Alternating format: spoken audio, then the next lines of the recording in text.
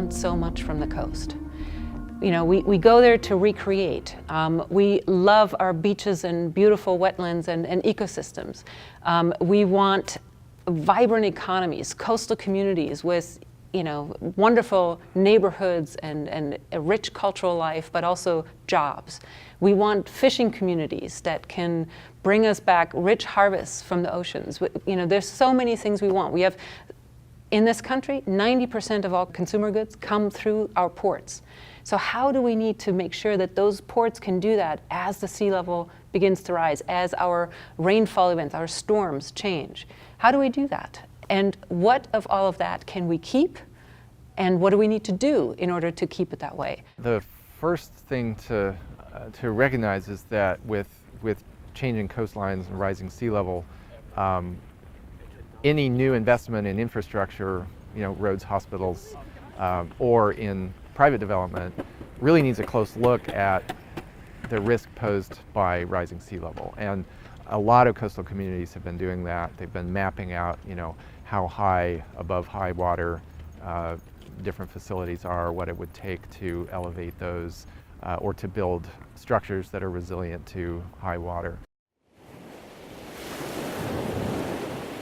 Right now, our projections of sea level rise over basically the rest of this 21st century range along the Oregon coast from about 20 centimeters at the low end to well over a meter at the high end. So that's almost a meter variability in terms of where we think sea level might be. We do have one of the most extreme winter wave climates in the world. So it's a combination of the tidal level, so the tide goes up and down. We can do a pretty good job of predicting that. There's a whole bunch of other factors that raise water levels above what we would predict them to be, and that's the temperature at the time. It is wind patterns and current patterns along the coastline. And then there's a wave-induced component, so it's big waves, and I said that we have one of the most intense wave climates in the world. When those waves break along the shoreline, they push water up onto the beach. And so we still have very high total water levels, and they occasionally impact sand dunes, bluffs, coastal protection structures, cause erosion and flooding. So in terms of protecting coastal infrastructure, backshore properties from erosion and flooding, as I mentioned, there's a suite of hard structural engineering solutions, and now there's been kind of a shift nationally and worldwide in the last few decades to more soft engineering solutions, beach nourishment being kind of a major example of that. However, that's not always a great option because it's economically infeasible in some locations, or there's not a sand source nearby, or at least that sand source might be offshore of a community that's experiencing eroding, and it's hard to get that sediment because of the intense winter wave climate that we have in Oregon. So it just might not be an option for some communities going forward. And so really kind of the next suite of options is basically thinking about how to adapt to the erosion flooding problem. And part of that might be a managed retreat option, and where some infrastructure is moved seaward or to a higher location, landward to a higher location where you have less potential for flooding and erosion.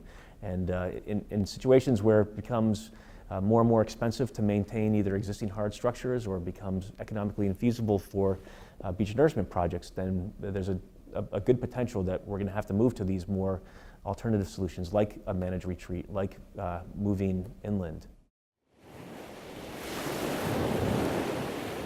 Adaptation in the world that I'm working in is largely about preventing things from occurring, like preventing houses from being flooded, or preventing forested areas from being burned, and so on and so forth. And so measuring success in that environment puts us in the position of trying to measure things we prevent, which is difficult to do. However, I know trying to appeal to local government officials and trying to make the case that adaptation is necessary for them and their management of their community, my thinking is changing to a point where I am trying to make the case where we need to be able to track the cost of events, the cost to communities, individuals and communities, of climate-related events and track how they change over time. We all are challenged, every one of us who lives on a coast or who runs a business or runs a household, whatever, or an agency. We all have to figure out whether or not we can continue doing our jobs the way we've always done it, business as usual, if you will, or whether we need to actually change the way we think. And that actually is the harder thing. If it was just a matter of finding a new technology to fix it, finding a new scientific approach to fix it, that would be relatively easy. You turn it into a technical issue. But when you have to really think, how am I approaching this? How am I thinking about this? It puts the onus on you, right? You have to think differently. And so every one of us is faced with that. With climate change, and we need to assess which things can we solve in the way we've solved problems in the past, and which ones do we need to address differently. It's not until you're really pressed against the wall that you start to open your mind a little bit and think about alternatives. The concept of transformation is fascinating, and that's what is needed in our society in order to be prepared for what's coming. And transformation does not come easily. Personal transformation, institutional transformation, societal transformation, people don't like to change. So climate change is changing conditions in a directional way, away from where we have been in the past. In many cases, climate change is a more rapid change than other changes we're used to.